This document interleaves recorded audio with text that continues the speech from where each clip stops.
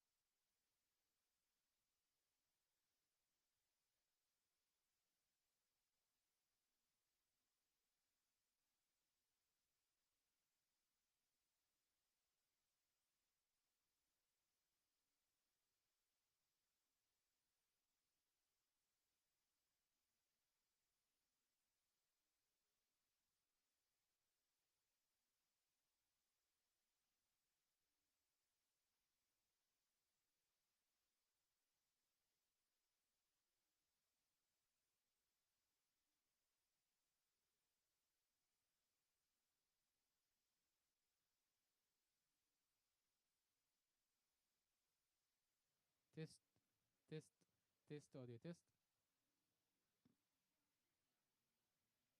Test, test audio test, test audio test, test, test audio test,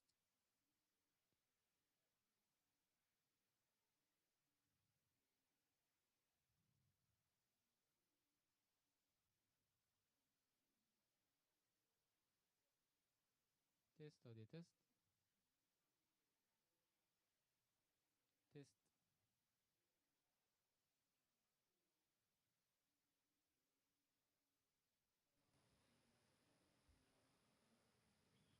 يا حجازي، انا في سايد ايفنت 2.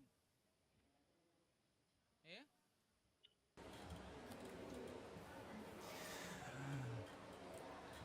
Ladies and sorry, yes, print out. Got it? Okay.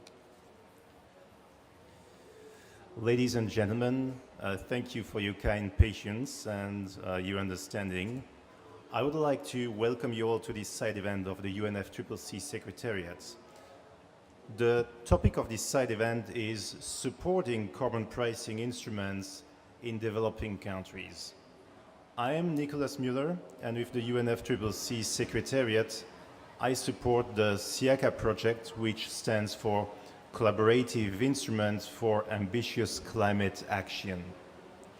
With this side event, we want to take a closer look at the experience with the consideration and adoption of carbon pricing in developing countries. It is no secret that carbon pricing in developing countries need approaching for putting in place the NDC. We also all know that avoiding GHG emissions has a value for society as a whole. Emitting GHG emissions, on the other hand, has a cost on society as a whole. We need the economic system to reflect that.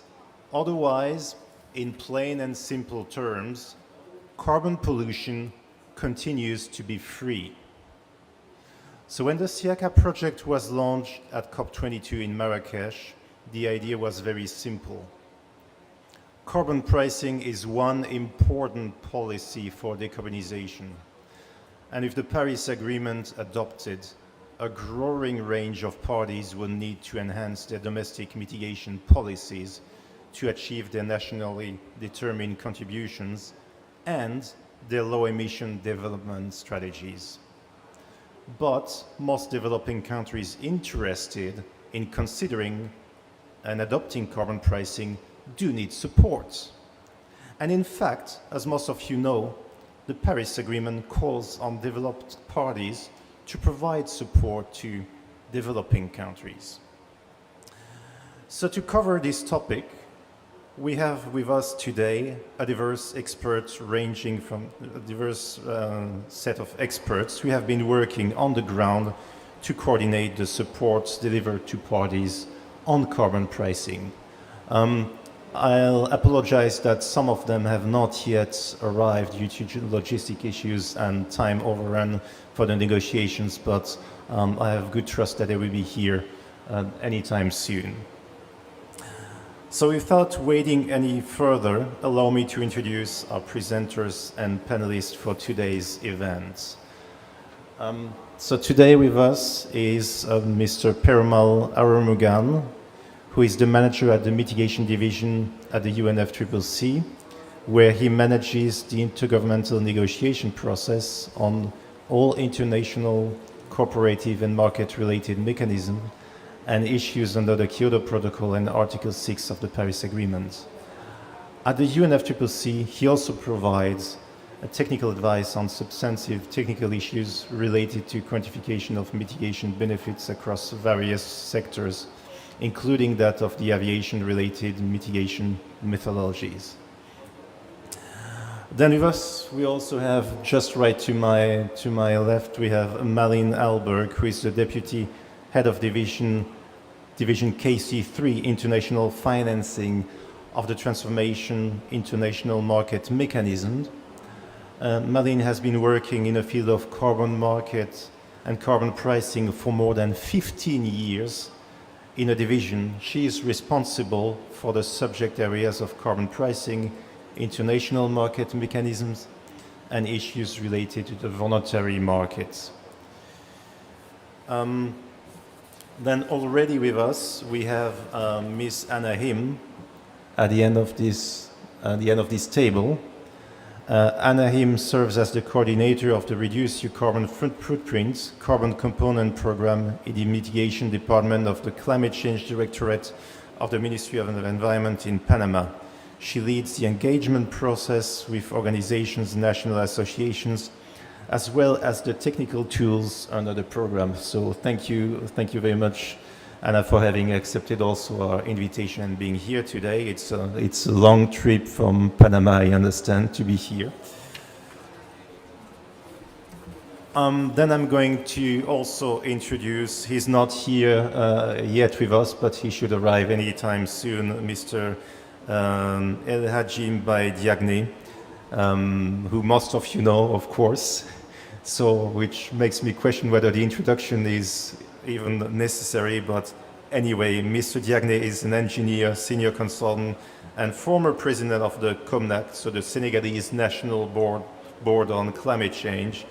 He's a member of the Senegalese official delegation for the UNFCCC negotiations since 2000, and he's the lead coordinator for all mitigation and market issues, and he supports many UNFCCC negotiating groups, including the African groups of negotiators as lead negotiator.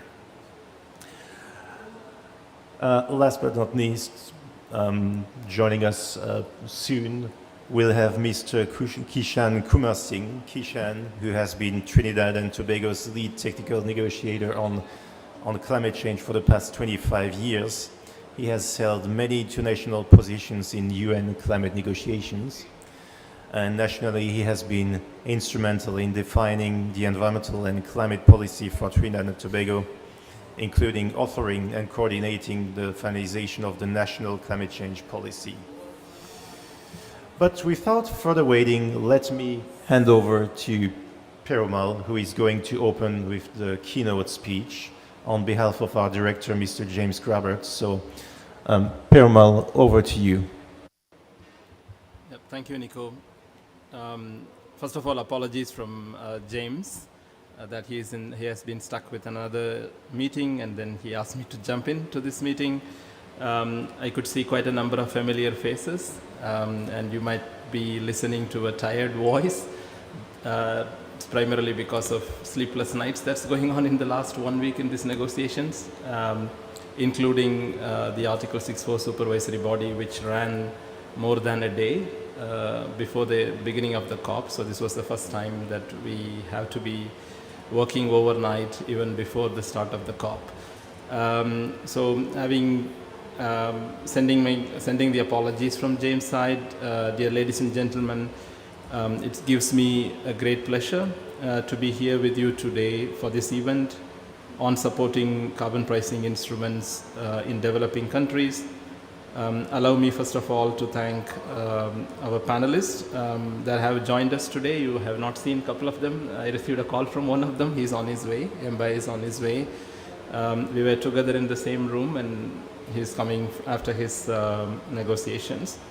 Back in 2016, the high-level panel on carbon pricing set a very ambitious vision for increasing the share of emissions covered by a price on carbon from just over 12% back then to 25% in 2020 and 50% in 2025.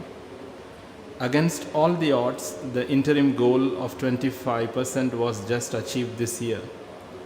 But an immense task remains ahead of us, reaching a much higher coverage, but also more ambitious carbon prices.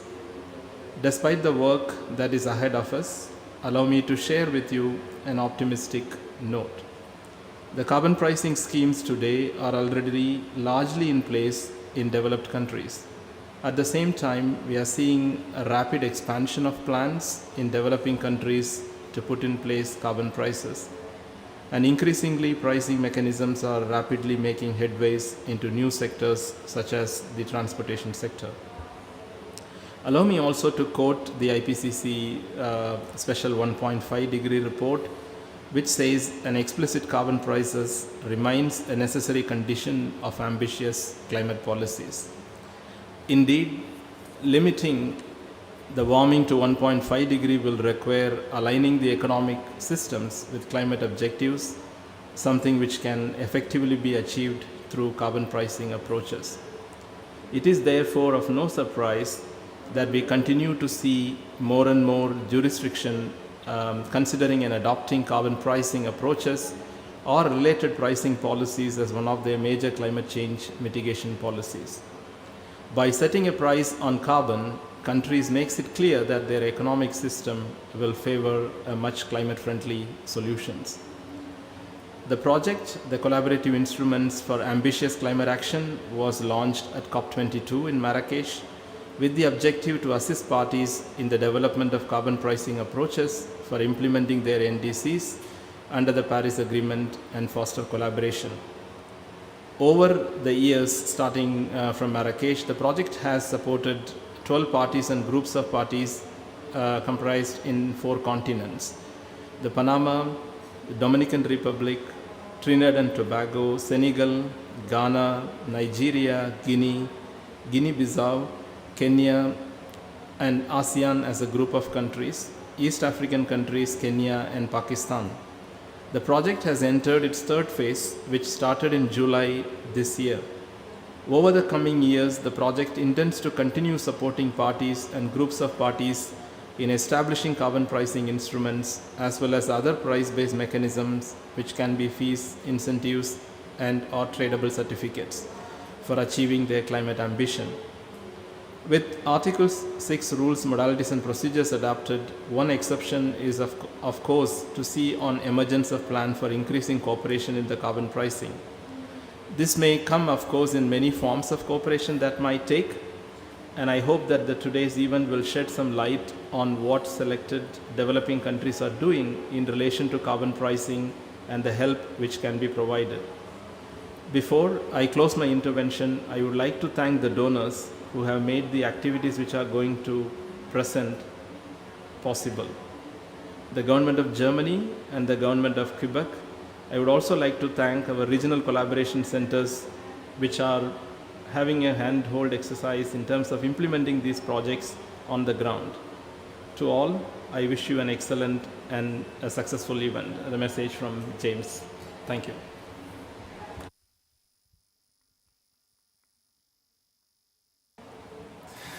Thank you very much, Perumal, for introducing the topic and providing an overview of where we stand and for highlighting the importance of carbon pricing. And next, I would like to invite Ms. Marlene Alberg from BMWK, the German Ministry for the Economy and Climate Change, if you can hear it. Let's just wait for the plane 5 seconds. And thank you. Marlene, over to you. Thank you. Yes, we have a new name of our ministry since this year, so it happens also to me still that I introduce myself not correctly. So I work for the Federal Ministry of Economic Affairs and Climate Action in Germany. So yes, thank you very much for giving me the opportunity to present here our approach, how to support developing countries in their journey to carbon markets and Article 6 involvement, I would call it like this. So from our point of view, using carbon markets and Article 6 starts with a good contribution to capacity building. So we have a large range of initiatives that we support, and we regard them all like each of them have their specific goals, and we see also that there are several synergies and they complement each other. So I would like to give you a short overview about a few of them and also explain how we think about how they work together. So I would here start with SIACA project, which is conducted through the UNFCCC and their Regional Collaboration Center. they provide support to developing countries if they want to explore whether carbon pricing instruments are a possibility for them to implement their NDC and enhance their climate action. So we think that this is well suited at the UNFCCC, as they have a regional collaboration center in the regions. So they have a close contact to the countries, and furthermore they are a neutral broker to advise countries what is their best approach in regard to carbon markets.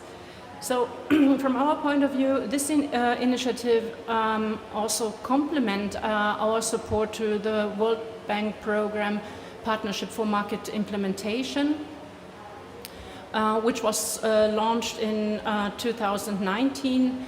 And last year we had the first call of letter of intent. And it was the first time that quite a lot of African countries also were possible, or how to say, submitted a letter of interest to the World Bank to get their support for market readiness. So, we think that that the country came in that situation to decide that they want to go a step further and get even more support from the World Bank. That is one merit of this initiative. Then furthermore, we have we support the East and African alliances. You will hear more from these alliances later on, as Mambaya has already arrived here. And there also the UNFCCC support these alliances, but these are country-driven process, and they decide on their own what kind of support they see as that are needed right now for their countries. Last but not least, I would like also to highlight our newly launched International Climate Initiative project, which is called SPARK. It's support preparedness for Article 6 implementation. There we have, that is quite, in regard of the volume, quite big. It's a 20 million 5-year project where we support 4 countries, Thailand, Zambia, Pakistan and Colombia, in their journey how to, or to explore how they would like to use Article 6 instrument for the implementation of their NDC and also to achieve their long-term goal.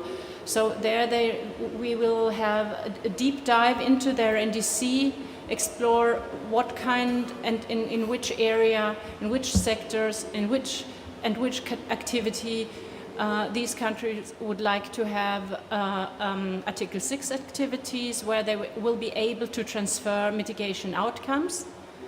Furthermore, we will also prepare best practice guidebooks, which then will be, of course, also publicly available for other countries.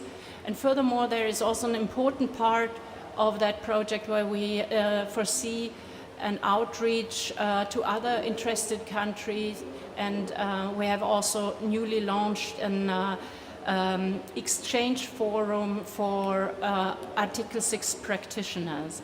I will come to that later on. But firstly, now would I shortly also talk about what is important in regard to capacity building in our view. So on the content, and there we see that it is important really to localize capacity building on the ground, to anchor the knowledge in the country, which means that it's also important to work together with the private sector, but of course also with the government, And we think also that it is important to work together with academia and young researchers to make sure that the knowledge in the country is based on a broad stakeholder community. As otherwise, I mean, people are changing their professional and then knowledge get lost. But if there are a whole system in the country of know-how, then this could keep going, and that is, from our point, a quite important part. Furthermore, we think also that it is important to have certain, to foster exchange among stakeholders, among governments or countries, in order to enhance and distribute the knowledge gained so far. So there we have this community of practice for Article 6 implementation, where we would like to invite countries, but also the private sector, and later on also the academia to this forum. So, and lastly but not least, we think also regional collaboration enhance also the knowledge and give a special drive into countries when they can compare to the next neighbor what are they doing, because the circumstances among the countries are probably more comparable. So that is one very important part that we see, that this is obviously quite successful. We have been supported now, the West African Alliance since several years, and also the East African Alliance. And we see growing interest in this kind of collaboration among countries. And we hope to see furthermore, and we will probably also hear more today on this. So thank you. I leave it by that.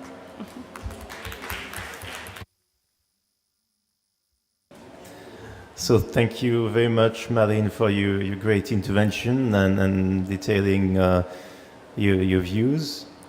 And allow me also to express all the appreciation to the support provided by the German government, which has made this initiative possible, this project possible over the years. Next, we will hear from national policy experts from supported countries about the various activities which have been conducted over the last 2 years. So without waiting any longer, allow me to hand over to Mr. Elhaj Baye Diagne for his intervention. Baye, then over to you.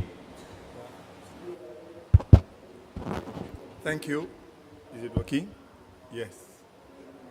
Thank you, and thank you, Nicholas, and good afternoon. And sorry for being late, because we were in the negotiation on Article 6, and we just completed a session now. I'm Elhaj Baye Diagne from Senegal, working with the Ministry of Environment. Myself, I'm not from the ministry, but I work closely with the ministry under the National Climate Change Committee, supporting the Ministry of Environment on negotiation and all related climate change issues. It's a very large committee with all stakeholders, including the lining ministers, private sector, NGOs, and local governments, presidency, the parliament, and all of that are represented in that committee, which supports the Ministry of Environment in all related issues on climate change. And I was involved in a project on carbon pricing in Senegal. Why carbon pricing? We have not seen many developing countries privileging carbon pricing in their policies. Why? Because in the previous situation, meaning the KP Kyoto Protocol, developing country has not commitments in reducing their emission. Only developed country had. It's why you haven't seen emerging some policies addressing the reduction of emission reduction in developing country. But now under the Paris Agreement, the situation is completely different. All countries have commitments and need to implement their NDC, under which they have emission reductions. They have to reduce their emissions. And after submission of the NDC of Senegal and the update NDC in 2020, we were exploring the way to implement that NDC. Because while the NDC is submitted by the government, you need to realize that the mitigation action on the ground are conducted by the private sector, local government, NGOs, and some government agencies. It's not the government, the ministry itself that will implement those mitigation outcomes. To make things happen, you need to put on place a policy strategy for the implementation of that strategy, to know who has to do what to make the NDC to be implemented. And at that time, we explore all available instruments for implementing the NDC. And the carbon pricing was one of the instruments, not the only one, but it's one of the instruments that are available to allow us to meet our NDC. And we had the support through the regional center, the UNFCCC regional center in Lomé, to be supported by this project CIACA, to conduct first a feasibility study to see under the carbon pricing what is the best instrument within the carbon pricing instruments that fit our economy and our NDC. And we did that feasibility study in a very inclusive manner, involving all stakeholders, private sector, NGO, and all of that, the government, the different ministries, putting online the structure of our NDC, how we can achieve the mitigation objective of our NDC, as well as the policy that are in place and the structure of our economy. Based on that, we had some outcome of that study that shows that we need to concentrate in just some sectors. And also, one of the best instruments when it comes to carbon pricing was the carbon tax, because we may go through an emission trading system, we may go through a policy reform, fiscal policy reform, we may go also through a carbon tax. And we explore all the different instruments that were available. And with a large consultation, and at the end of the day, we keep the carbon tax, but only in some sectors. We have identified that applying the carbon tax in the electricity generation, in the cement production, and also oil and gas production. We focus on those three sectors. We have explored also the waste sector and other sectors, but at the end of the day, those was the main sector where we think a carbon tax may be applied.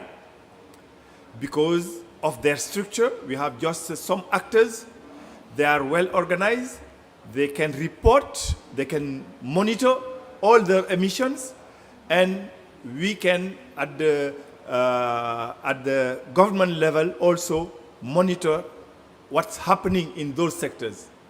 And that can be just a first step, and explore whether after that first phase we can go for expanding that carbon tax in other sectors, but we'll start with some sectors.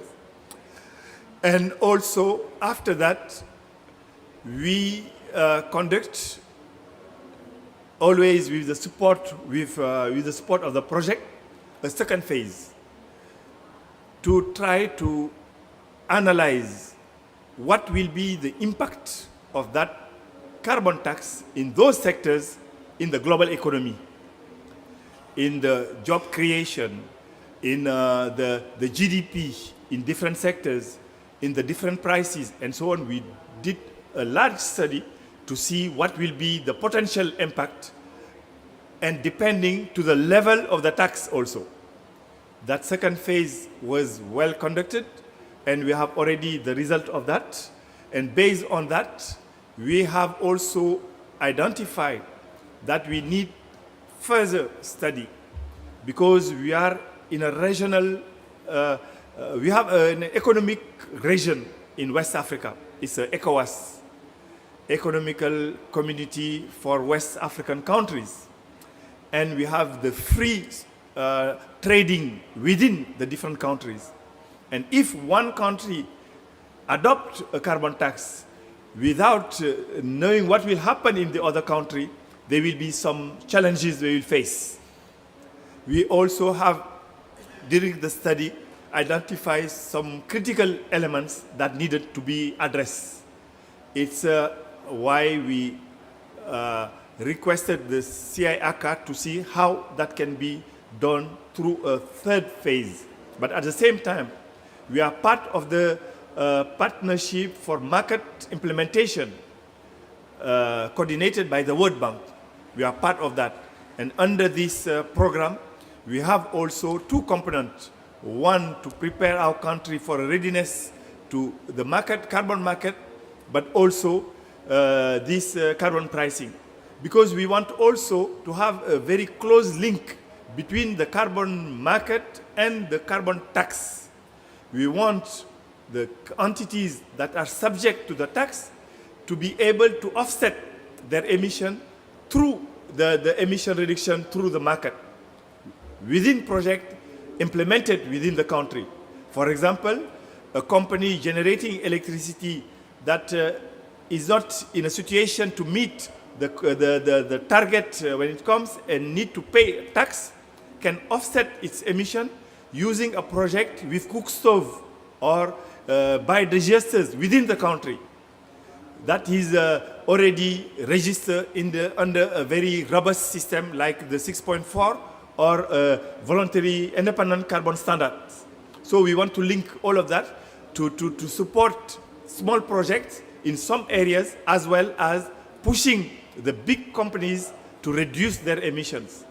And we are at that stage, and we have already started all the first phase of the PMI, as well as discussing with CIACA on how to move forward in a complementarity with the other action. That's what I can say, but open to any question. Thank you.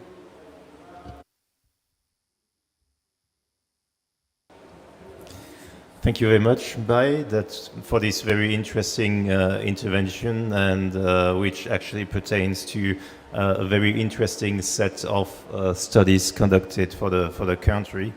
And the studies show that actually the impact of having a carbon price in a country on the national economy can be, you wouldn't believe how extremely small actually it can be.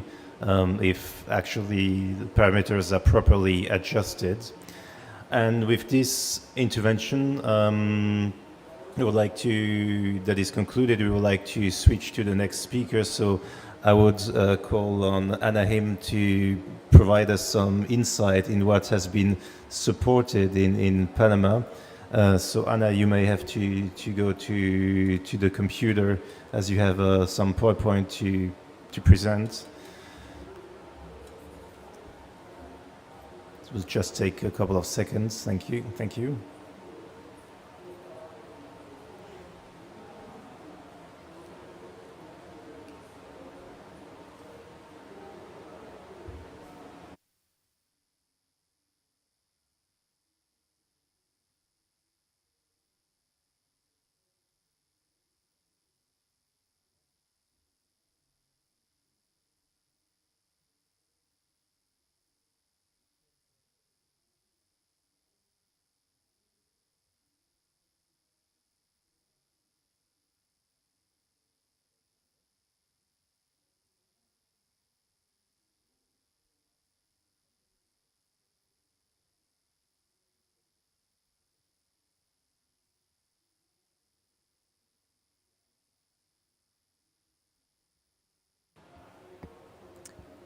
Okay, thank you everyone. And first of all, thanks to SIACA and the RCCs for having Panama's initiative here at the COP27 in this side event.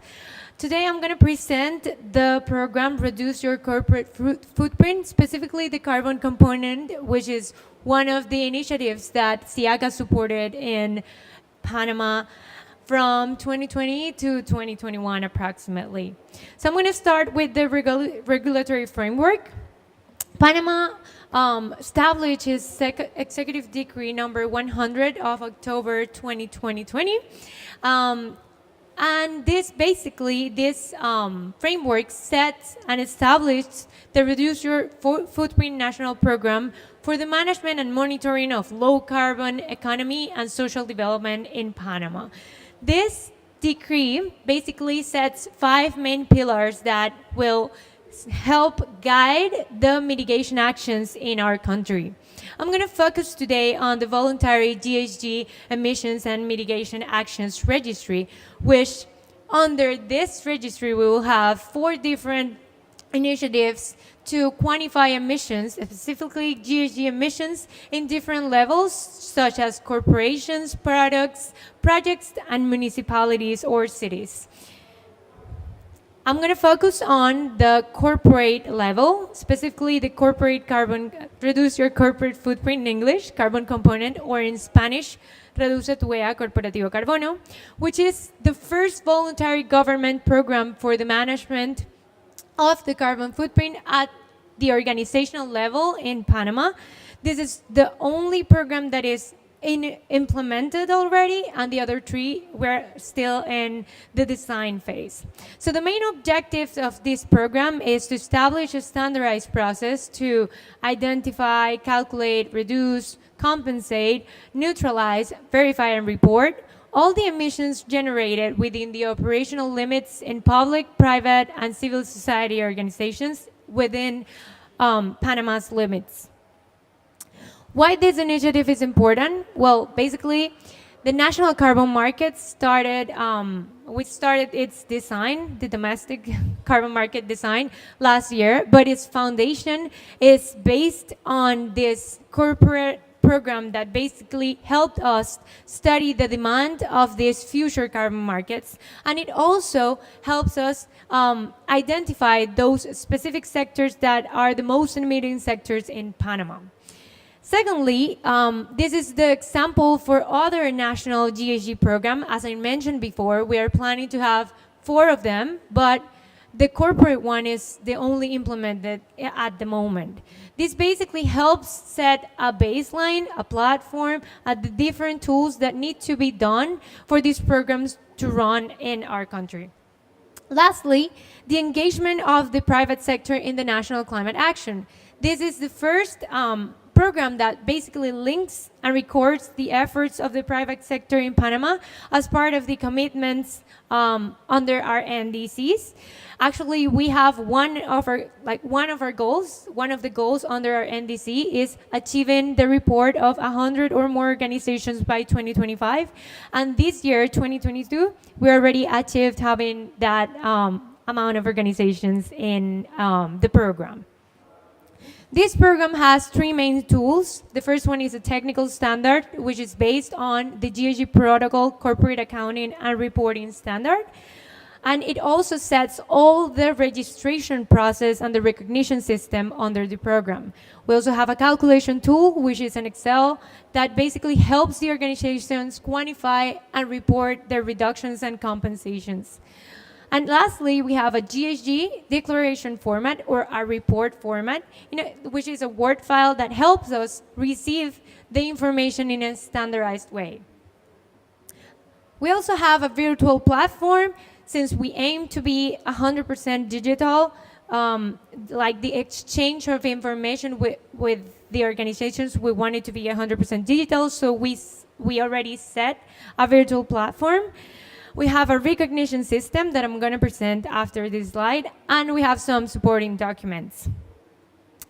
These are some of the supporting documents that help the organizations participate in the program and helps us also regulate the use of the recognition seal, which is governmental property. So basically, we have a step-by-step guide for the registration and reporting system. It helps the organizations it facilitates the organization process to register and report under the digital system that we have created. We have a calculation tool user manual to help them understand the Excel file that we provide to them. Under that document, we have case studies for them to practice and have a better understanding of the tool. And we also have a case study solutions for them to prove that or check if their solutions or the procedure that they followed is correct.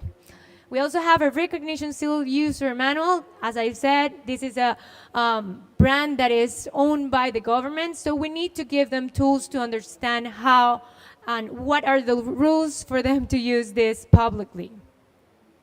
This program has an annual cycle timeline. We launched the program on April 22, 2021. And this year we're on our second cycle. We have a registration period from April 22 to June 2022. To June 22nd, and then after that we have a reporting period from June 23rd to October 30. So right now we are in the DCC, or the Climate Change Directorate, review and approval period, where us as a directorate will be reviewing the reports of the organizations. And after that, on the first trimester of next year, we're gonna be celebrating the recognition ceremony to give them the recognition seal for their efforts. So this is our recognition system that basically recognizes the efforts and commitments of organizations with climate actions in Panama. We have 5 levels of recognitions, starting by the first one, inventory. That basically it is reached when the organization has calculated and reported its GHG inventory.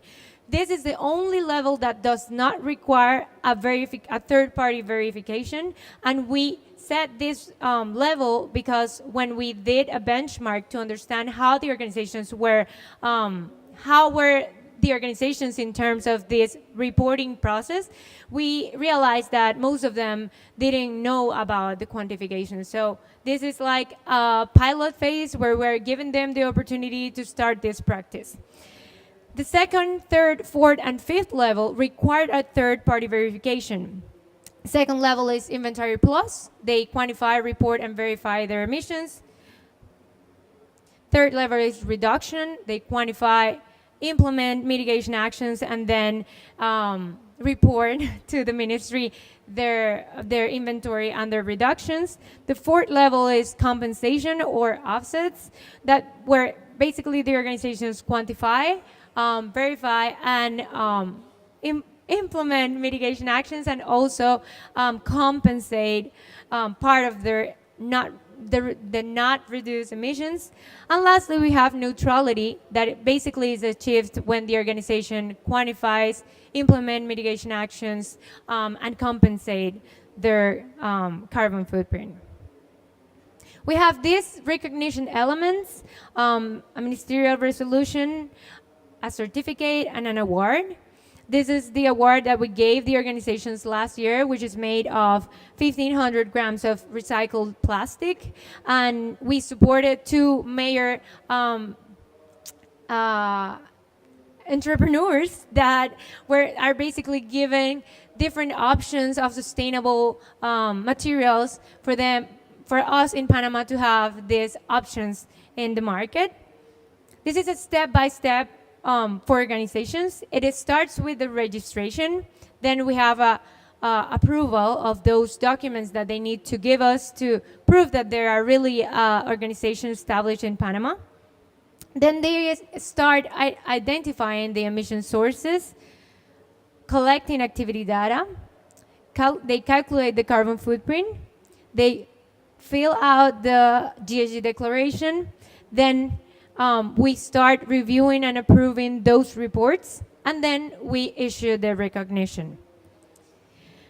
well, who made this program possible? We started in 2019, when SIACA supported us with consultancy and also the hiring of one climate junior analyst.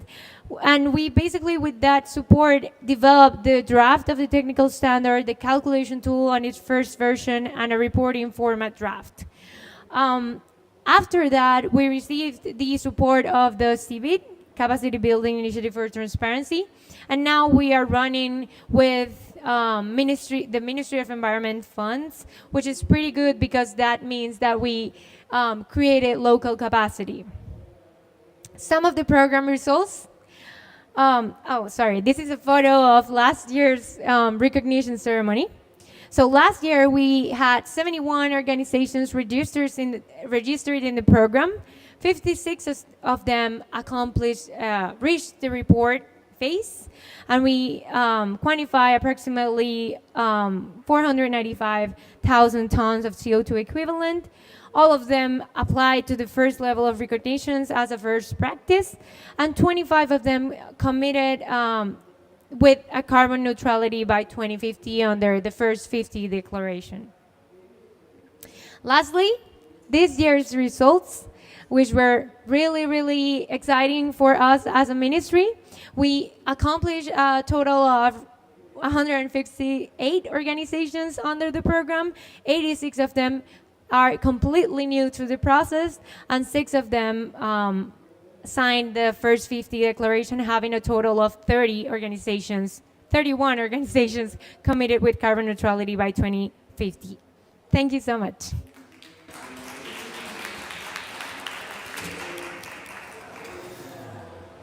Thank you, Anna, very much for this very interesting presentation, which really showed domestic efforts on how to create a platform which can then catalyze carbon neutrality to create a robust domestic market for mitigation action. So that's really very, very interesting. We have now time for questions and answers, if we have a floating microphone somewhere. So I would like to take here, we have an announcement at the end of this session, but before that I would like to take a slot to offer time for questions and answers. So if you have questions, please raise your hand, we'll take questions now.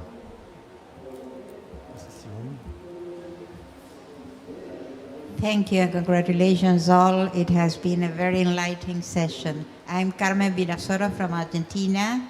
We are project developers, and I was really interested. First, I want to congratulate my colleague in Panama for this really very positive breakthrough. We will take that as a model. And my second question to the lady in the German Foreign Affairs, I wonder if the program would be a kind of enabling activity, and if could be applied for capacity building where the private sector may have an intervention. Thank you.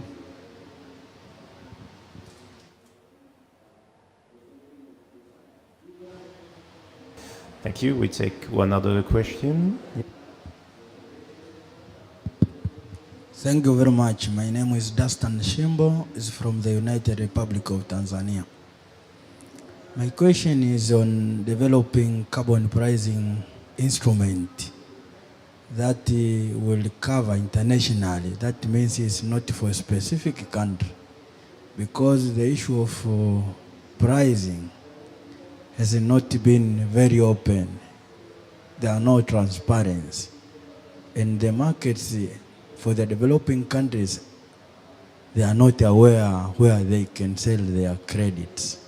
Therefore, having an instrument that will cater for pricing will be maybe the best way, but it must be an international instrument, not that one which can be developed by the countries individually. Thank you.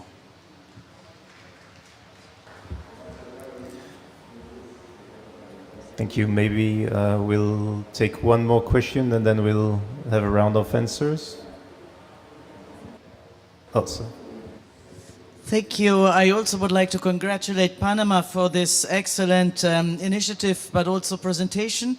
And thank you for the other panelists also for sharing with us very helpful information. I wanted to ask, in line with the other intervenant, to make elaborate a little bit on the link with the pricing instrument. We had a session earlier this morning in this room where there were two contrasting visions. On the one hand side, let the market play, demand offer will meet each other, and we are confident that there will be transparency and that at the end the climate vision will be achieved, which is one vision. The other one is like, we need more regulation. I'm the country coordinator of the United Nations in Gabon, a country that has a lot of natural capital, forests, oceans, biodiversity. And I think it's a really important thing not only to put in place a mechanism like Panama, but it's also really interesting to see how these experiences can contribute to getting better prices where the quality is for carbon credits, and that be recognized in different carbon market arenas. Thank you.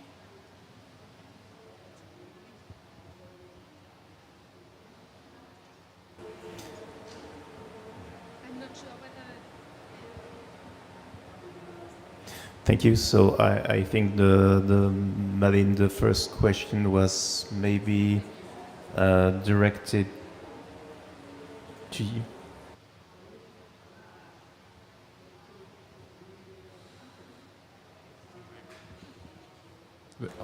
Sorry, we'll take one more question. Yeah, I think it's easier to answer them all together. I just have a very simple question. I thank you, Marlin, for presenting all the support that Germany gives to develop Article 6 and also to support capacity building on Article 6. My question is, will Germany buy units that are generated from these projects or the countries that are supported to use Article 6? And if not, who else will buy these units?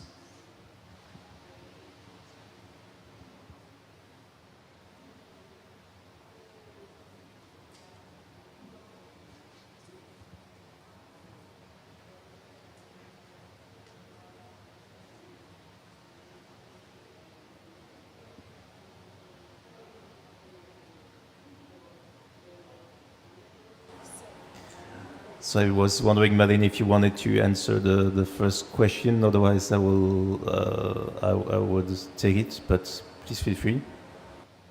Yes, I can just start. There were a couple of questions. I tried to answer them, and then we can hand over to the others, and they take the other ones, which I can't answer. I'd say regarding the price, buying credits, Germany is now compliance buyer. And we purchase on voluntary basis credits to compensate our official official flight emissions. That is the only part where the German government purchase international credits, and we are interested also to purchase Article 6.4 credits for this part. Within this IKI project, it is generally excluded that we purchase or that IKI project generates credits.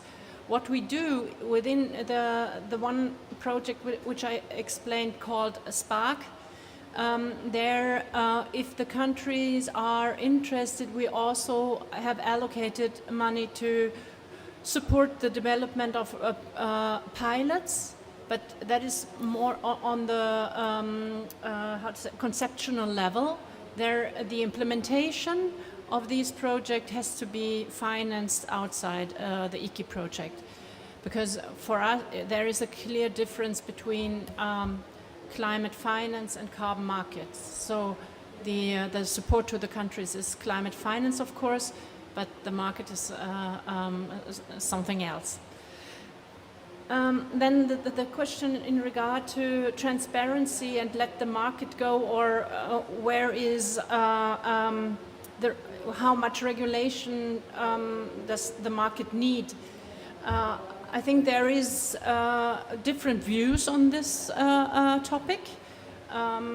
In our view, from the German government, we think that it is extremely important that the host governments of all these projects, that they are able to take an informed decision whether they would like to see the project in which sectors and how they would like to use it to enhance or to implement their NDC. I think that is something where we would like also to where we put in focus also on in regard to our capacity building project, that this is also addressed there. Of course, the market is also the private sector can come up with new ideas of mitigation options, and that is the merit of a market, I think. But at the same time, there has to be a dialogue with the governments. What kind of project this could be, whether it's an Article 6.4 or under 6.2, or whether it's inside or outside the NDC.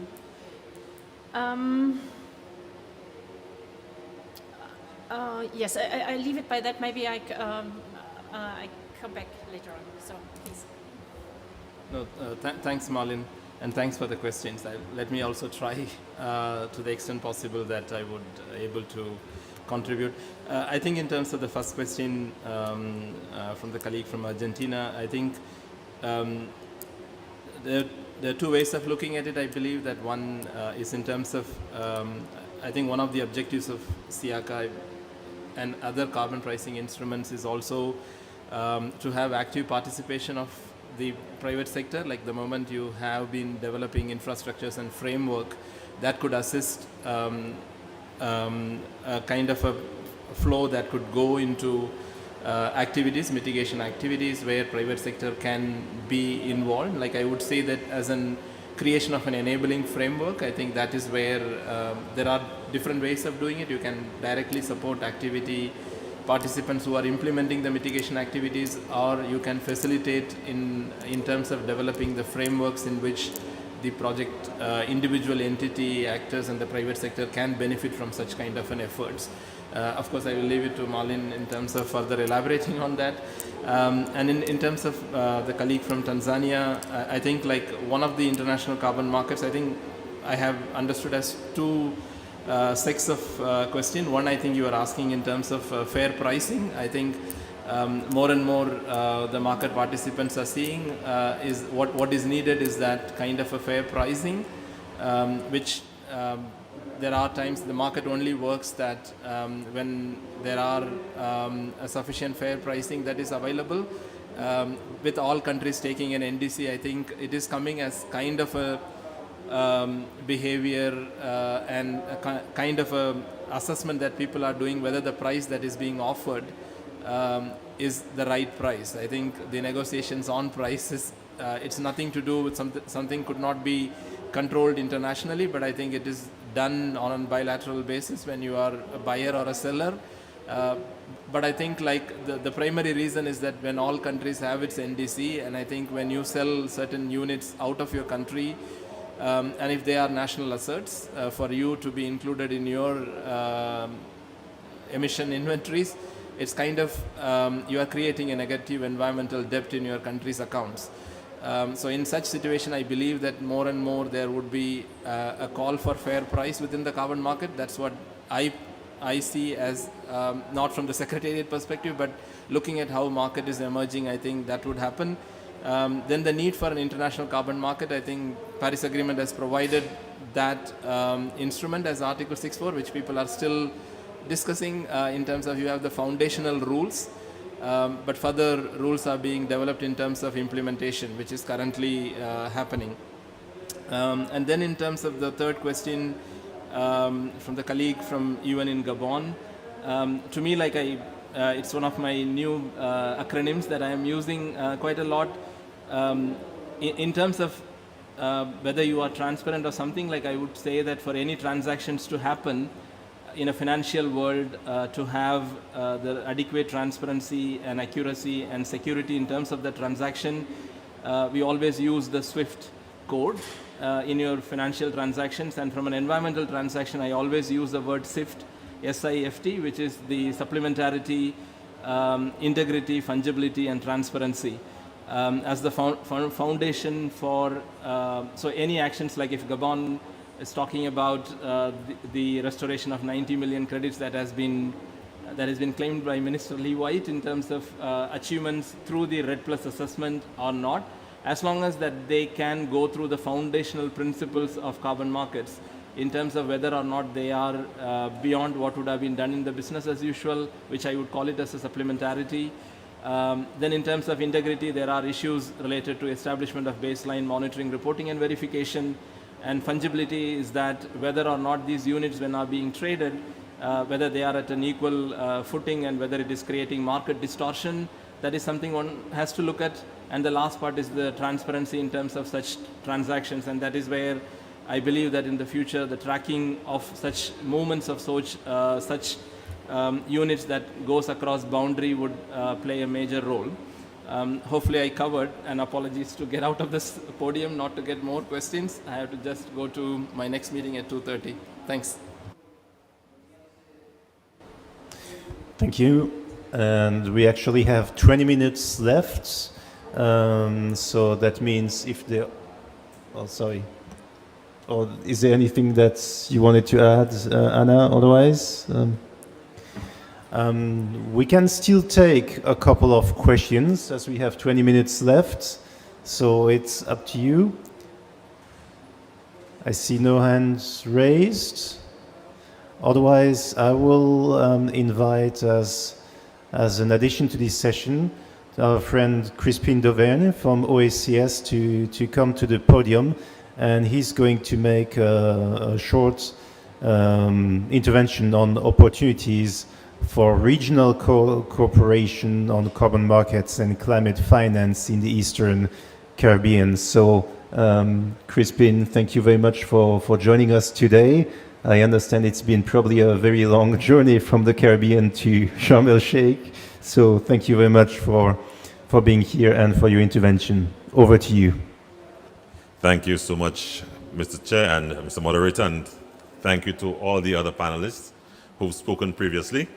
It is a pleasure to be able to participate in this event. I am Crispin Dauvergne. I'm the Program Director for Climate and Disaster Resilience at the Organization of Eastern Caribbean States Commission, based in St. Lucia.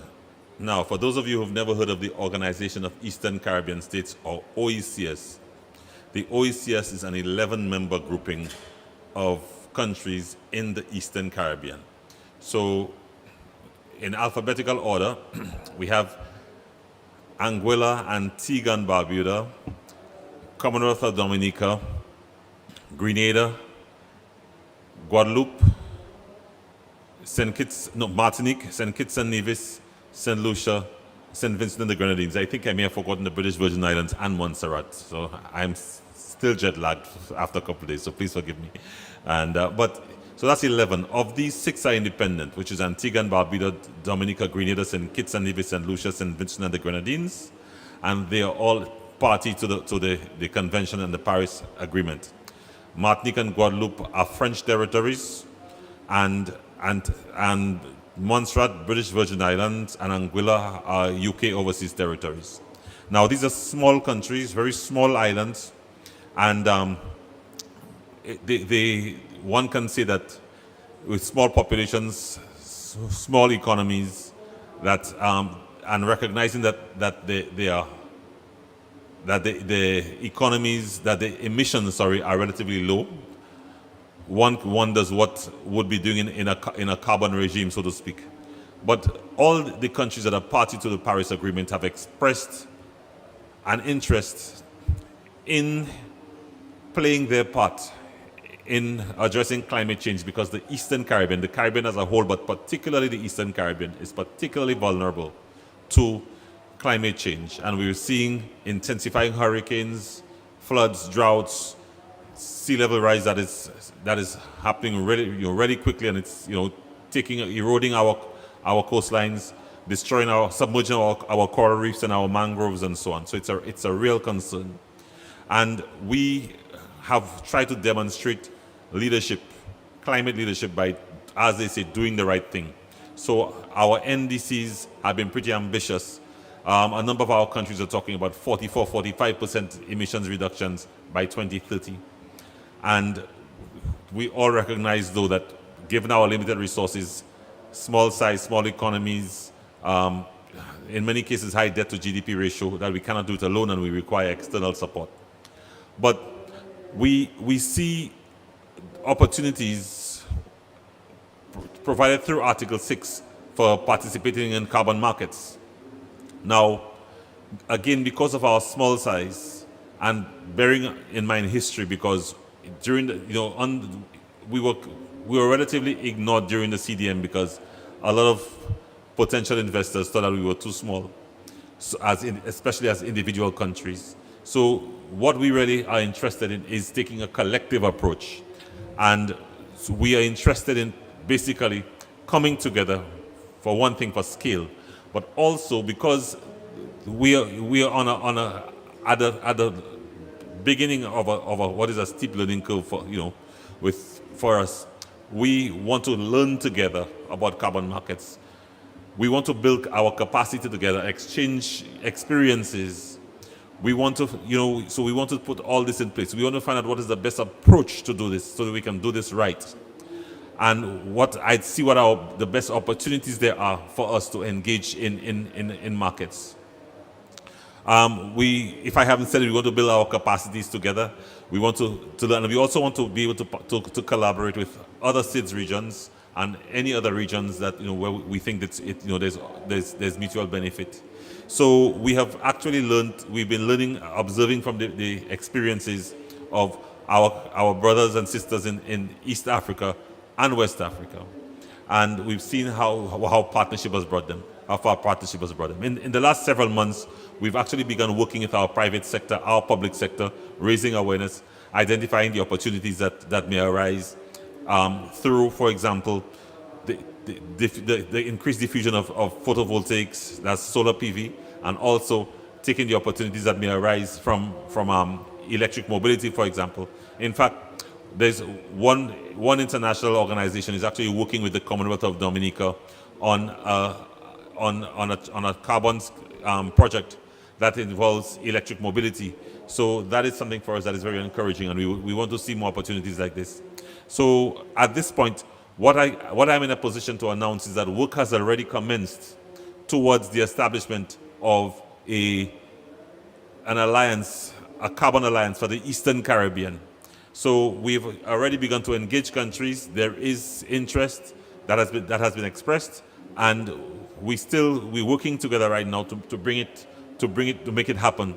And we're hoping in the next few months to be able to take something to our ministers to get formally ratified. Right now, we're doing the groundwork. We're looking at what mechanisms are would work best in terms of coordination and management.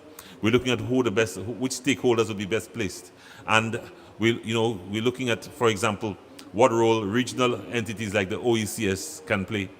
We've been working very closely with GIZ, the Global Carbon Markets Initiative, and we've also been working with Climate Finance Innovators on this. And we're looking to continue that collaboration, also with the regional collaboration, the UNFCCC Regional Collaboration Center based in Grenada.